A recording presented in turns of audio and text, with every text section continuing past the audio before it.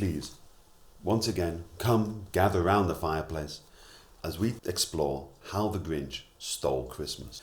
Every Who down in Whoville liked Christmas a lot, but the Grinch, just north of Whoville, did not. The Grinch hated Christmas, the whole Christmas season. Now, please don't ask why, no one quite knows the reason. It could be his head wasn't screwed on just right. It could be, perhaps, that his shoes were too tight. But I think that the most likely reason of all may have been that his heart was 2 sizes too small. But whatever the reason, his heart or the shoes, he stood there on Christmas Eve, hating the Whos, staring down from his cave with a sour, grinchy frown at the warm lighted windows below in their town, for he knew every Who down in Whoville beneath was busy now hanging a mistletoe wreath. And they're hanging their stockings, he snarled with a sneer. Tomorrow is Christmas, it's practically here. Then he growled with his Grinch fingers nervously drumming, I must find some way to stop Christmas from coming. For tomorrow, he knew, all the Who girls and boys would wake bright and early. They'd rush for their toys. And then, oh the noise, noise, noise, noise. That's one thing he hated. The noise, noise, noise, noise. Then the Whos, young and old, would sit down to a feast. And they'd feast, and they'd feast, and they'd feast, feast, feast, feast. They would feast on Who pudding and rare Who roast beast, which was something the Grinch couldn't stand in the least. And then they'd do something he liked least of all. Every Who down in Whoville, the tall and the small, would stand close together with Christmas bells ringing. They'd stand hand in hand, and the Whos would start singing. They'd sing, and they'd sing, and they'd sing, sing, sing, sing. The more the Grinch thought of this Who Christmas sing, the more the Grinch thought, I must stop this whole thing.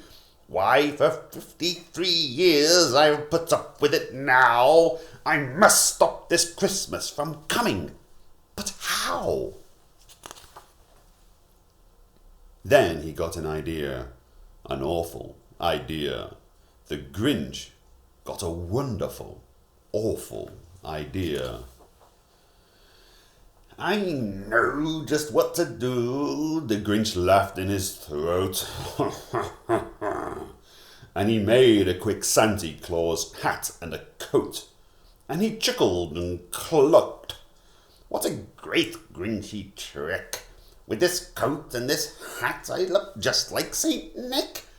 All I need is a reindeer. The Grinch looked around, but since reindeer are scarce, there were none to be found. Did that stop the old Grinch? No, the Grinch simply said. If I can't find a reindeer, I'll make one instead.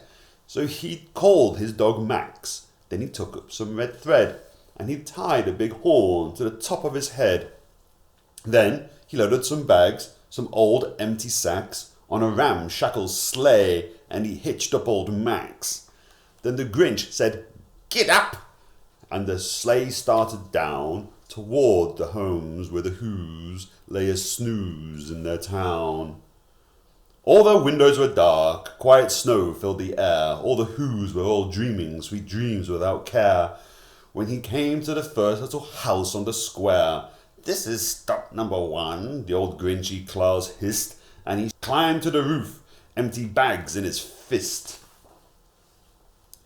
Then he slid down the chimney, a rather tight pinch.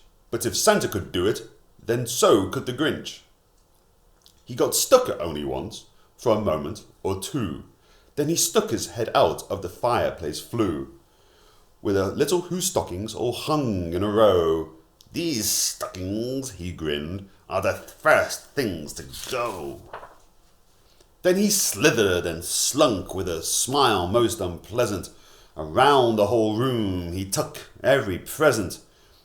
guns and bicycles, roller skates, drums, checkerboards, tricycles, popcorn and plums. And he stuffed them in bags. Then the Grinch, very nimbly, stuffed all the bags, one by one, up the chimbley. Then he slunk to the icebox. He took the Who's Feast. He took the Who Pudding. He took the roast beast. He cleaned out that icebox as quick as a flash. Why, that Grinch even took the last can of Who Hash. Then he stuffed all the food up the chimney with glee. And now, grinned the Grinch, I will stuff up the tree.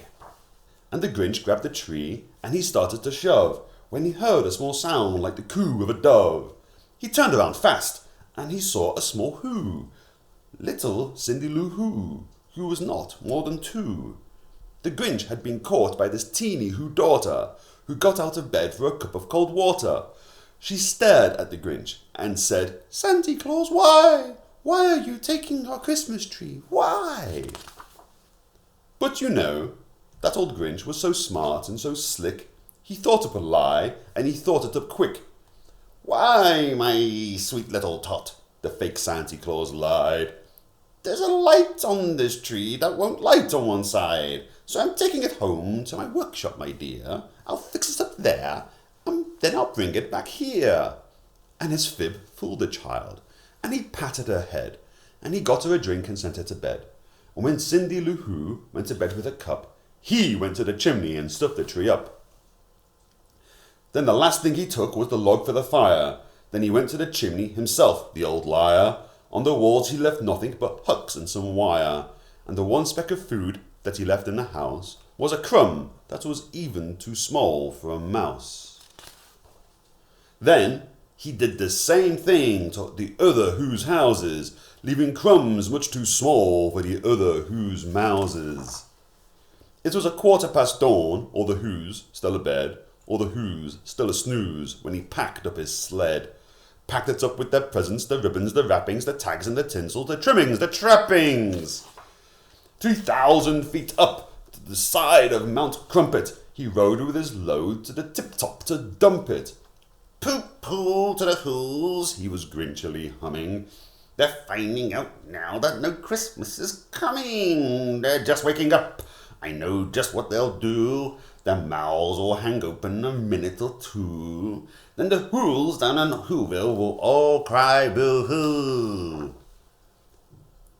That's a noise, grinned the Grinch, that I simply must hear. So he paused, and the Grinch put a hand to his ear.